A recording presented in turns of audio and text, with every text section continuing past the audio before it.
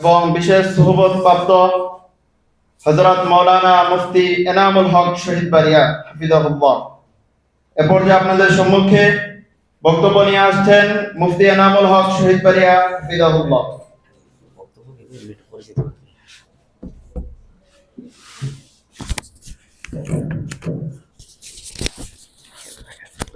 আলোচনা লম্বা করার সময় নেই।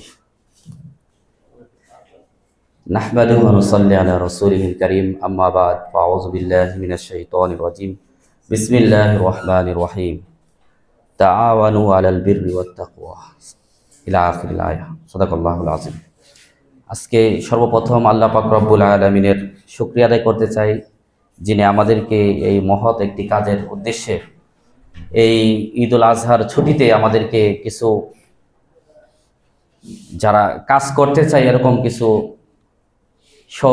সহযোদ্ধা ভাইদেরকে নিয়ে এখানে একত্রিত হওয়ার তৌফিক দান করেছেন। এই জন্য সকলে একবার আল্লাহ পাক রব্বুল আলামিনের দরবারে শুকরিয়া আদায় করে বলি আলহামদুলিল্লাহ। এবং বিশেষ করে যারা আয়োজন করেছেন ওনাদের প্রতি বিশেষ কৃতজ্ঞতা। ওনারা আয়োজন করেছেন, এই জন্য ওনাদেরকেও প্রতি আমরা কৃতজ্ঞতা জানাতে চাই। আসলে আলোচনা লম্বা নয়।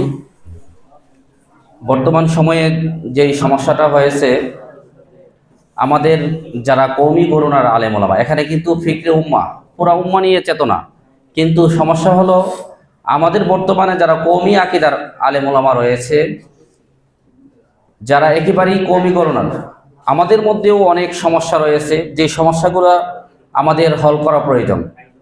যেমন বিশেষভাবে আমি বলতে চাই, প্রত্যেকের হাতে একটা অ্যান্ড্রয়েড মোবাইল রয়েছে, তার মধ্যে ফেসবুক, ইউটিউব অনেক সফটওয়্যার রয়েছে, কিন্তু আমাদের ওলামায়ে কেরাম যেহেতু ফেসবুকটা সহজ, এই জন্য অনেকেই আলেম ওলামারা দেখি কি নামের আগে মাওলানা লাগে, মুফতি লাগে, কি করে ফেসবুক ব্যবহার করে, নামের আগে মাওলানা লাগাইছে, মুফতি লাগাইছে।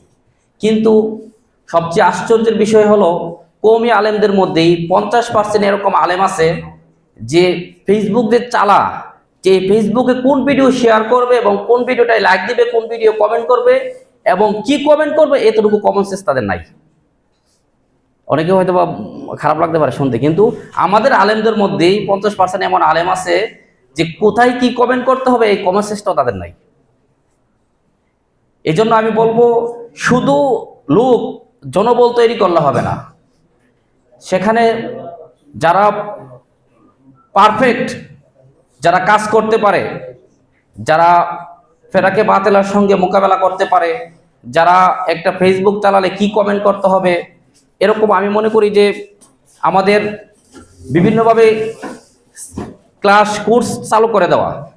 যেমন বর্তমানে সমস্যা হয়েছে, উদাহরণস্বরূপ বলতেছে, হযরত চলে আসছেন, আমাদের সমস্যা হলো আমরা অনেক কিছু জানি না, যার কারণে সমস্যা হয়ে যায়। উদাহরণস্বরূপ বলতেছিলাম যে একজন আলেম ওনার নামের আগে মাওলানা লাগাইছে, লাগানোর পরে আরেকজন আলেম কি করছে, একটা ভিডিও দিছে কোরবানির দিন। ভিডিও দেওয়ার পরে যেহেতু ওনার হাতে রক্ত ছিল, সবাই জবাই করছে, জামার মধ্যে মুছছে, যে শক্তি একটু পড়ছে না, এখন ওনার নামের আগে কিন্তু মাওলানা লাগানো।